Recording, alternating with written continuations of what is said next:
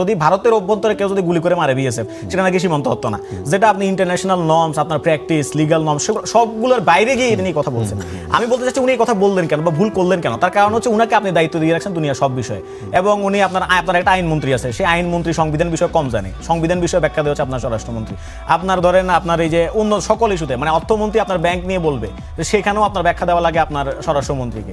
তো আসলে আমি বুঝতে পারি না এটা কি আসলে বিএনপির ব্যর্থতা কিনা, যে সে তার অন্য আরো লোকজন যারা খুবই কেপেবল তাদেরকে পয়দা করতে পারেন এরকম কিছু, নাকি হচ্ছে গিয়ে অন্য আরেকজনকে বেশি দায়িত্ব একজন মানুষ যদি ক্যাপেবল হয়, তিনি যদি মুখপাত্র, কোনো সমস্যা নাই। একজন মানুষ যদি কেপেবল হয় তাকে আপনি 100টা মন্ত্রণালয় চালাইতে দেন, কোনো সমস্যা নেই, কিন্তু তার সমালোচনা ওইরকম হবে, তখন আপনি আবার কান্দাকাটি করতে পারবেন না, হ্যাঁ খালি আমার সমালোচনা করেন, এই কান্দাকাটি আপনি করতে পারবেন না। আপনি যদি বলেন যে আপনি 100 মন্ত্রণালয় চালাবেন, তাহলে 100 মন্ত্রণালয় যেখানে যেখানে ফেলিওর হবে সেখানে সেখানে আপনাকে ধরা হবে, এটাই খুব স্বাভাবিক না। কিন্তু কে কান্নাকাটি করেছে কোথায়? মানে কান্নাকাটি আপনার এই যে বিএনপির অ্যাক্টিভিস্টই তো বলে, মানে বিএনপির অ্যাক্টিভিস্টরা বলে যে হ্যাঁ আপনারা কথায় কথায় সালাউদ্দিন সাহেবকে গালি দেন, সালাউদ্দিন সাহেবকে কটাক্ষ করেন, সমালোচনা করেন। এখন সালাউদ্দিন সাহেব যদি 10টা মন্ত্রণালয় চালাইতে চায় বা তাদের স্পোক্স পারসন হয়ে উঠে, তাহলে সেটার ব্যর্থতার দায়ভার ওনাকে নিতে হবে না? সেটার ব্যর্থতার জন্য ওনাকে সবাই কথা শোনাবে না? এটাই তো স্বাভাবিক। আচ্ছা।